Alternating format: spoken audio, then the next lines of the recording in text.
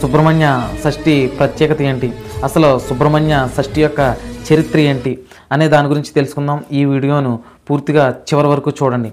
పూర్వం సురాపద్ముడు, సింహముఖుడు, ముఖ్యంగా తారకాసురుడు అనే రాక్షసులు లోకకంటకులై ఇటు భూలోకంలో ఉన్న మానవులను, ఋషులను, అటు దేవలోకంలో ఉన్న దేవతలను వాళ్ళ మంత్రశక్తులతో, వాళ్ళ భుజబలాలతో ఎంతో ఇబ్బంది పెడుతూ ఉండేవారు. అప్పుడు దేవలోకంలో ఉన్న దేవతలు, ఋషులు, సృష్టికర్త అయిన బ్రహ్మ దగ్గరికి వెళ్ళి ఆ రాక్షసులను అంతం చేసే మార్గం చెప్పమని వేడుకుంటారు. అప్పుడు ఆ బ్రహ్మ శివపార్వతులకు కలిగిన పుత్రుడే ఆ రాక్షసులను అంతం చేయగలడని వాళ్ళతో చెప్తారు. అప్పుడు దేవతలంతా కలిసి మన్మధుడి దగ్గరికి వెళ్ళి తన మన్మథ బాణాలతో శివుడికి కామకోరిక కలిగించాలని బలవంతం చేసి పంపిస్తారు.